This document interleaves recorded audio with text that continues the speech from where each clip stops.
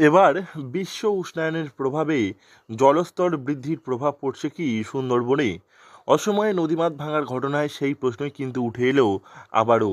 বেশ কয়েক বছর ধরে বিশেষজ্ঞরা সুন্দরবনের বিভিন্ন নদ নদীর জলস্তর বৃদ্ধির আভাস দিচ্ছিলেন। সেই জলস্তর বৃদ্ধির হার সুন্দরবনের কোনো কোনো জায়গায় 8 মিলিমিটারের থেকে বেশি বলে জানাচ্ছিলেন তাঁরা। এ সময় কোনো প্রাকৃতিক দুর্যোগ নেই, বড় বর্ষা নেই, অথচ এইরকমই যে বাঁধ ভাঙলো, এতে ইঙ্গিত করে দ্রুত বহু জায়গায় বাঁধ ভাঙবে।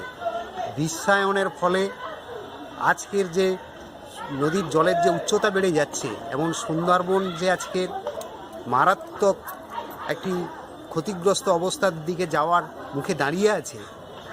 বছর আসে বছর যায়, এইরকমই সুন্দরবনবাসীকে একই তিমিরেই থাকতে হয়। এই বৃদ্ধির হার আরও 2.5 সেন্টিমিটার বাড়লে জলের তলায় চলে যেতে পারে সুন্দরবনের একাধিক দ্বীপ, এমন কথা বলছিলেন বিশেষজ্ঞরা। ব্রজবল্লভপুর, রাক্ষসখালী, জিপ্লট, ঘোড়ামারা, সাগর মৌসুমী সহ একাধিক দ্বীপ জলমগ্ন হয়ে যাবে এর ফলে, এমনই কথা বলছিলেন বিশেষজ্ঞরা।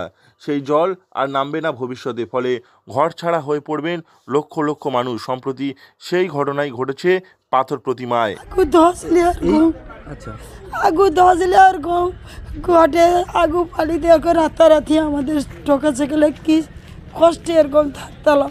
আবার এমন রিং বাঁধতে এ বাঁধলো হয়নি, এমন রাতারাতি এবার ওটা টানছে। এবার আমাদের গাই যে ধান দেবো সেরকম কোনো রাস্তা নেই। বলুন। আমি তো কইতে পারিনি আমি।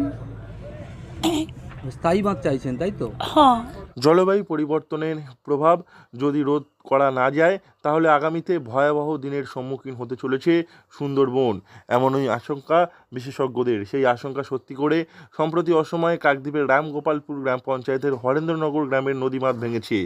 গাছপালা, ইলেকট্রিকের পোস্ট সহ চাষ জমি ধসের কবলে পড়েছে। স্থানীয় সূত্রে জানা গিয়েছে, গত বর্ষার সময় গোবদিয়া নদীর এই বাঁধটি ধস নিয়েছিল। সাধারণত এই সময় কোনোভাবেই নদীবাঁধ ভাঙার কথা নয়, আর সেজন্য সুন্দরবন নদীবাঁধ ও জীবন জীবিকা রক্ষা কমিটির পক্ষ থেকে ওই সংগঠনের দক্ষিণ 24 পরগনা জেলা সম্পাদক সুজিত পাত্র জানিয়েছেন, বিশেষজ্ঞদের রিপোর্টগুলি সঠিকভাবে পর্যবেক্ষণ করা হচ্ছে না, যার প্রভাব পড়ছে ধীরে ধীরে। দ্রুত কোনো পদক্ষেপ গ্রহণ না করলে ভবিষ্যতে আরও সমস্যা হবে বলে জানিয়েছেন তিনি। দক্ষিণ 24 পরগনা থেকে নবাব মল্লিকের রিপোর্ট, লোকাল 18 বাংলা।